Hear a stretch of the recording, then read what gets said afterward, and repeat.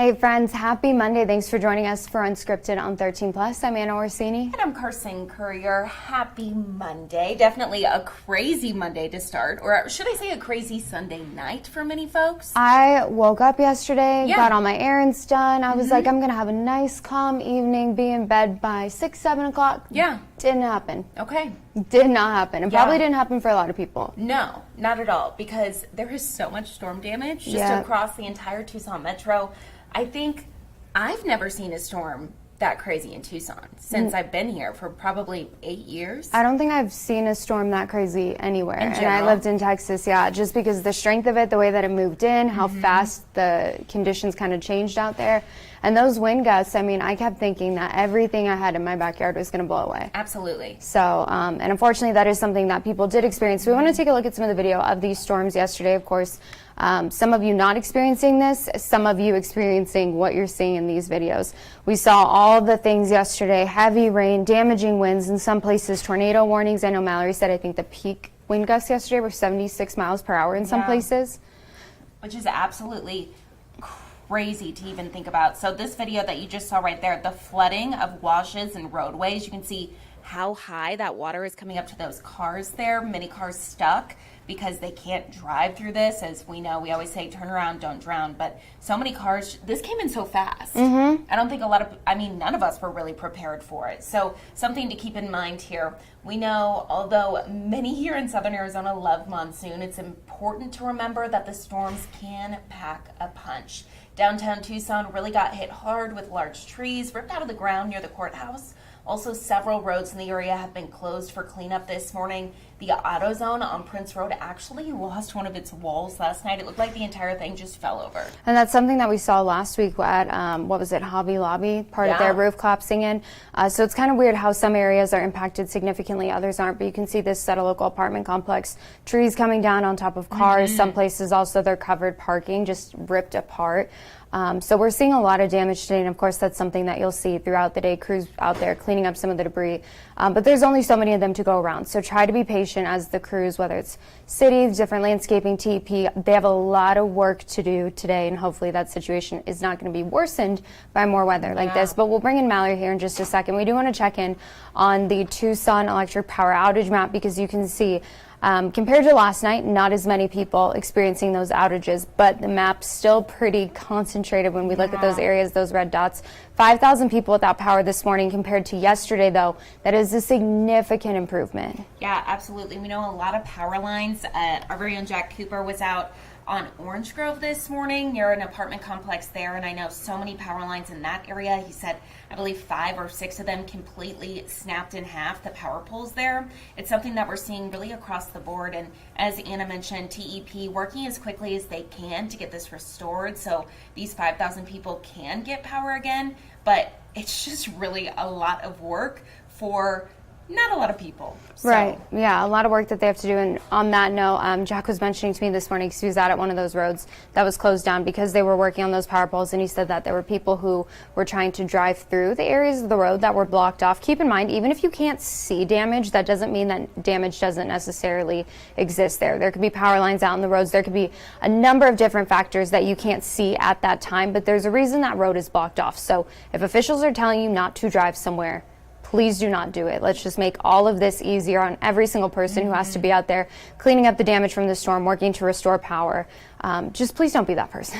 Yeah, absolutely. Now we know, and Mallory's going to come in here just in a little bit, but we know that there are more monsoon chances in the rest of the week, the forecast. So hopefully these power poles can get fixed before any of those storms roll in. But we want to remind you, so this is on our website, KOLD.com. If you click on, I believe it's See It, Snap It, Send It.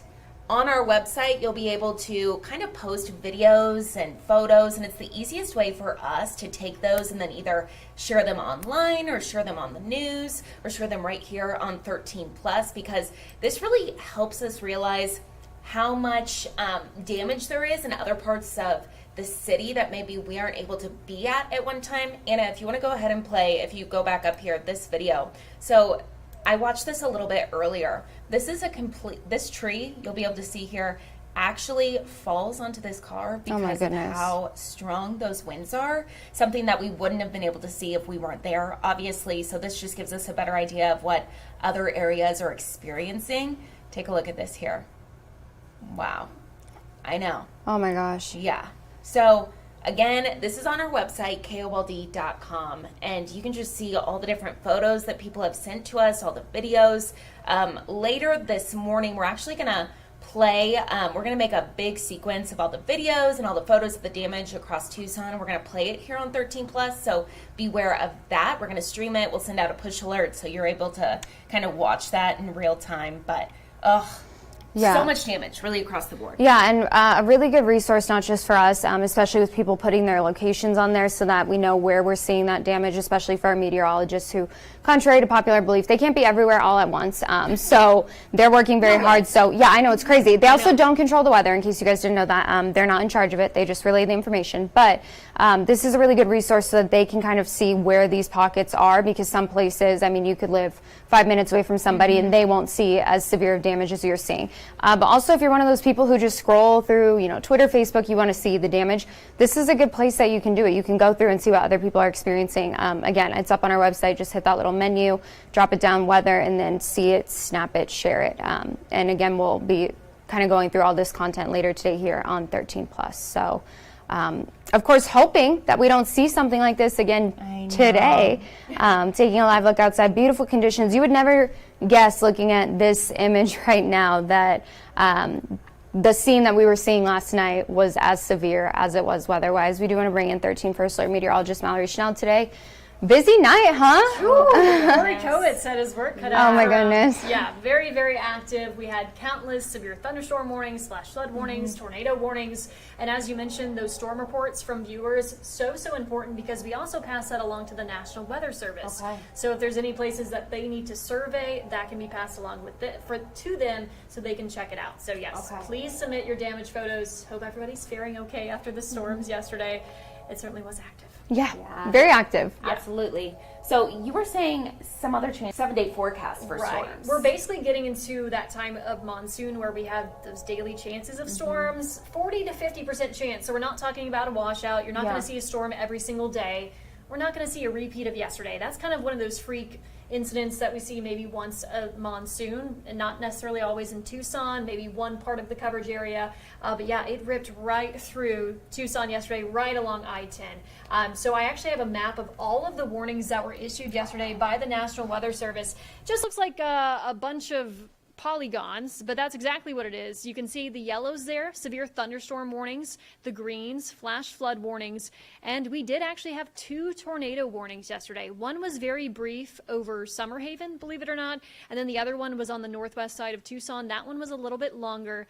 And just a reminder that a tornado warning means that there's at least circulation on the radar. So it means a tornado could form. That storm is favorable for a tornado to form, but we don't know until the National Weather Service goes out and surveys the damage, like we saw a couple of weeks ago, to confirm whether or not a tornado occurred. But some rainfall reports from yesterday, some impressive reports within the Tucson metro area, between about 1 inch to 2 inches of rainfall.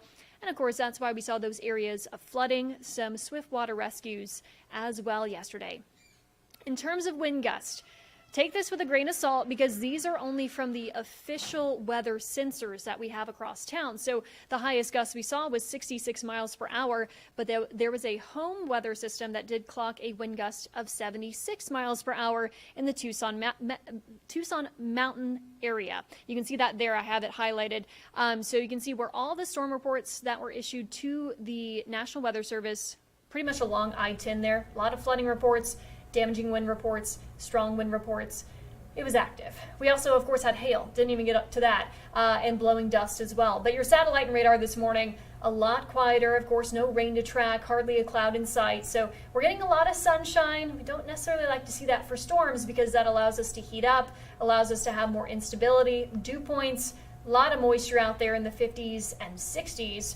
So your first alert forecast does look like the best coverage will still be to the south and east of Tucson today. But talking with the National Weather Service, they send up those weather balloons twice a day, and they said that the atmosphere is not as overworked as it typically is after such a busy day. So we have to keep that in mind for the Tucson metro area. These storms will be moving from east to west throughout the afternoon into the early evening, and then we do quiet out as we head throughout the evening and into the overnight hours.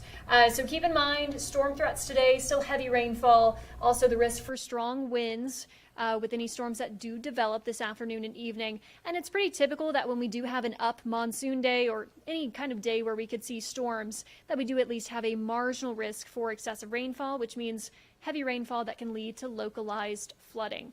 Now, your first alert 7-day forecast here, 40 to 50% storm chance pretty much each afternoon and evening. As I mentioned, this does not mean you're going to see storms every day, but we will see something on the radar. Expect high temperatures between about 101 and 106 in Tucson. Overnight lows will depend on whether or not you see rain. Cooler nights in the 70s, warmer nights in the lower 80s. So there it is. Well, it's cooler. Exactly. This morning, I know, so it's a positive here. I love the smell. Like this morning I woke up and I walked out the door and I'm like, oh my gosh, it's kind of like dewy. Yeah, and it was cooler. That was super nice. But then also as I'm walking out to my parking kind of structure, there's trees down. And the top of the parking structure was like hitting all these cars. It got completely ripped off. So yeah, that's the ugly side of monsoon. I know I live on the northeast side. So yesterday we had a little bit of wind, rain, thunder. That was about it. No damage. But as I made my way into work this morning, I was especially cautious because it was dark. It was 2 o'clock in the morning.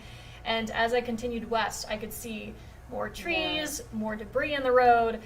So yeah, basically Oracle and West really got hit a lot worse. So we'll see.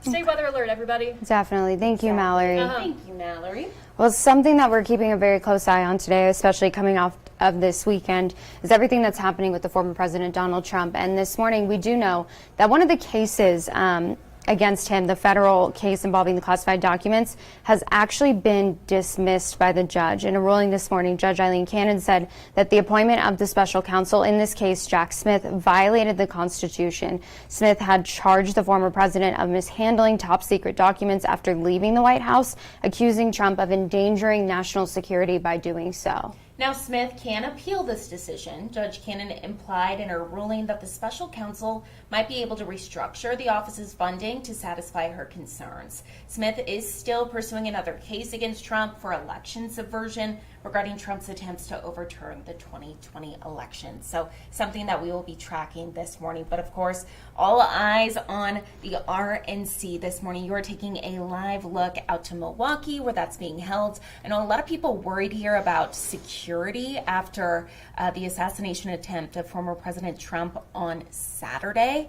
But the Secret Service actually saying they're not increasing security because they said it was already as secure as possible. Yeah, as tight as it can get. Now, we also learned this morning the Secret Service did not sweep the building where the shooter was located during that assassination attempt on Saturday, but they did say that there was law enforcement assigned to that specific area. However, it's not clear where they were stationed exactly at the time that that shooting took place. So more than 50,000 people are actually in Milwaukee today expected to attend the RNC. So again, you would think security would be tighter, but they said, like, look, we're maxed out. This is as good as it possibly can be. So hopefully no issues. And I'm sure that they're extra cautious going into this event. Party leaders from Trump to President Biden, of course, calling for unity right now, especially House Speaker Johnson, Mike Johnson as well. A lot of people coming out on social media and saying, you know, this is not what politics should be. And there's never any justification for what happened on Saturday. Exactly. Melania Trump also calling on the country to kind of ascend above the hate. Just kind of a personal thing here. My brother lives in Milwaukee, so he was driving to work this morning and he was messaging my family. He's like, SWAT's surrounding the RNC, the military, there's so many police officers. So he's been in Milwaukee for a couple of years. He said that he hasn't seen that big of a presence. I mean, that's just a bystander saying that. But yeah, a lot of people outside the RNC, officers, law enforcement, keeping this as secure as possible. Yeah, and hopefully it will be as secure as possible and we won't see any issues because I think a lot of people, especially on social media, are wondering how what happened on Saturday did happen when you talk about a former president and a current presumed presidential candidate. But, you know, thankfully he wasn't hurt. Unfortunately, somebody did lose their life, so we shouldn't overlook that. And just, never any justification for what happened on Saturday. Exactly. So, of course, we'll keep watching this. We'll definitely follow the investigations into the shooting, both on air, online, and right here on 13 Plus. So make sure to download our 13 News app. We always push breaking news out. We send push alerts so you can see that in real time as it's breaking. We love to be the first to alert you. So, again, something to just keep in mind this morning.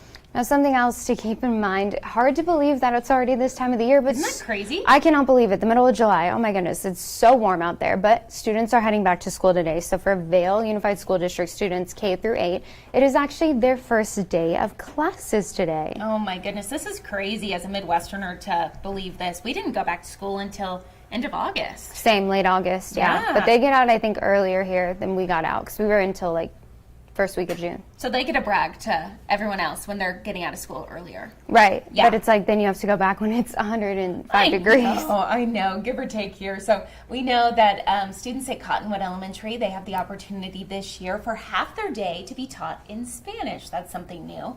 It's all part of the district's Spanish immersion program. This is the second year of the program for kids as young as 5 and 6 years old.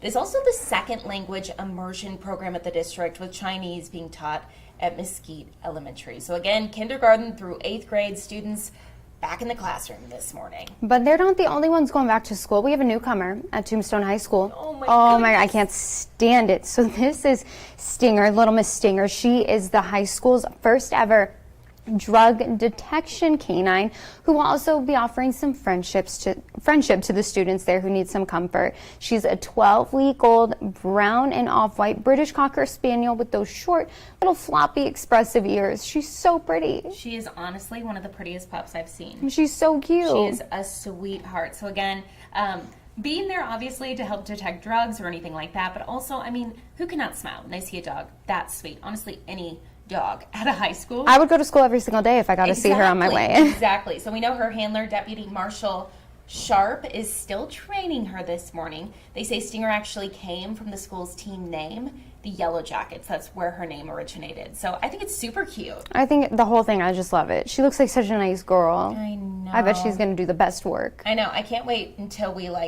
check back in.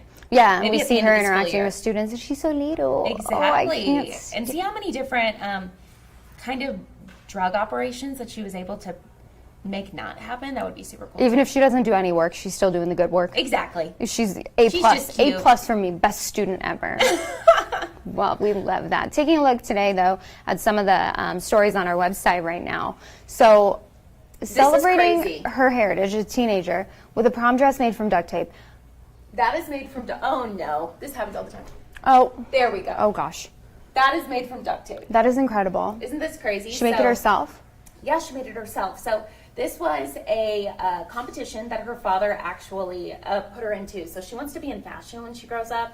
And Duct Tape, the brand for duct tape, actually had this $15,000 college scholarship where they had all these different students. Either they could make a suit or a dress out of duct tape. They had to wear it to their prom and then submit photos and everything. And they got to pick certain winners. I believe it was, you were able to go online and vote for, look how cool this is. It's a crop top. Yes. It's a set. I love it. I know. Oh, it's actually she gorgeous. She has a little matching bag and a flower in her hair made out of duct tape. I wonder how much time that took. Oh, it probably took a long time. A long time. We don't know if she's going to win or not. So they're announcing the winner on Wednesday. So we'll be sure to kind of look and see who the winner is and let you guys know.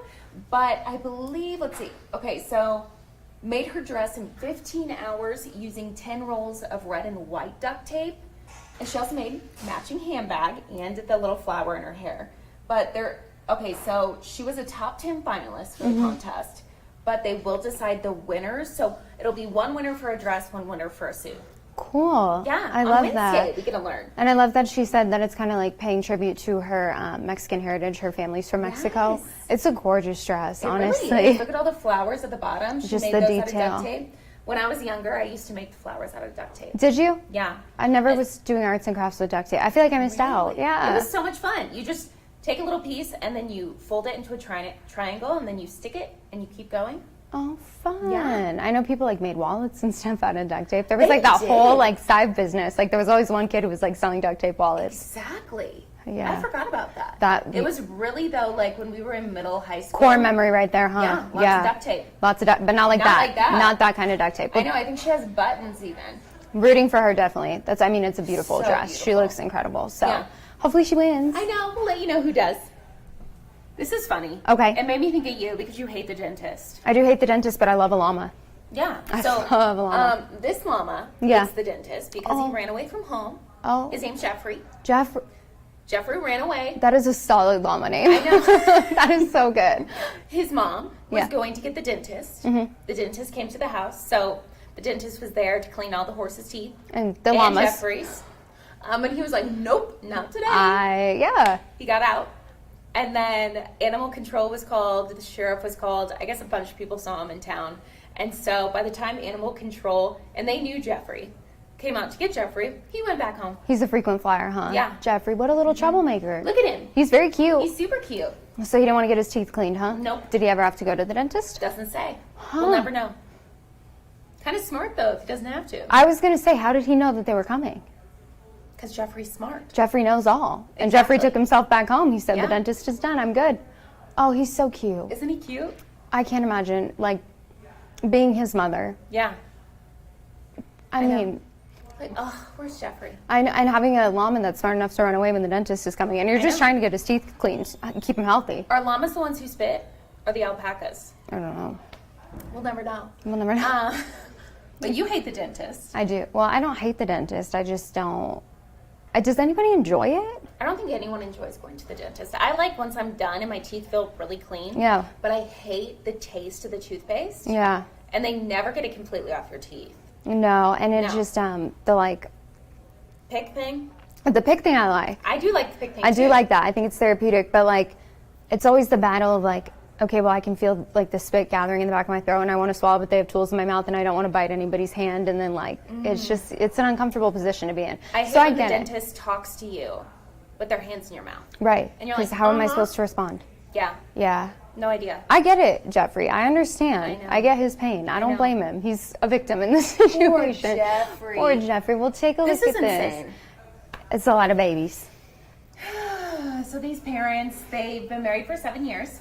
And I believe they had twins before. Okay. But it was not confirmed. They just had 2 older sisters. But the way they talk about the older sisters in this article on our website makes it seem like they're twins. Mm-hmm. But they've been married for 7 years. And she got pregnant. And then they found out it was quintuplets. That's a lot of babies. It's terrifying. Yeah. Oh my goodness. 5 times sweeter. Oh my goodness. I know. So these babies, they were born very early. But they are all okay. They're in that neonatal unit. But their names are Franklin Walker, Carter James, Sailor Kate, Allie Ray, and Nova May. Nova May. And then they have Paisley and Westland? I think so. Oh. Westland. Westland and Paisley.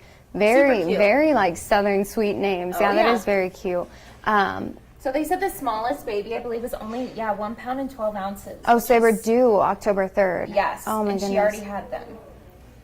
So born at 27 weeks, they are all okay. Obviously, still in the neonatal unit.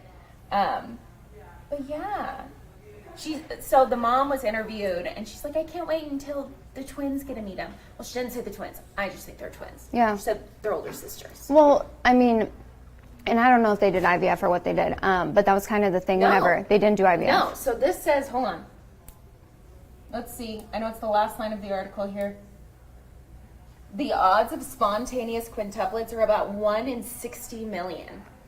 They should have bought a lottery ticket. They should have. Yeah. But I know whenever my mom, because my little sisters are twins, whenever they had the twins, her doctor at the time was like, look, the odds of you having multiples again is pretty high. And my dad's like, I can't, because he has 3 girls right now and we're all big No, personalities. exactly. 5 of us or 6 of us? That's a lot. That's a lot of girls. Yeah, It's a lot of girls. But multiples are Holy cool. moly. Yeah. I know. Quintuplets. And it's cute because they know each other and they take care of each other. Like there's a twin connection I bet. they have that like I'll never have with my twins because Yeah. like they shared a womb. Like Yeah, exactly. literally born on the same day. Yeah. So it's cool to see it when it's like multiples like that, like 5 of them. Super cute. Yeah. Super cool. It is cool. So one thing that I think it's the hospital did this for them. So they put a link to their registry, and they've already like gotten a lot of stuff. 307 out of 452 items purchased. I mean, think about it. Babies are expensive, and you have to buy 5 of those things. It's a little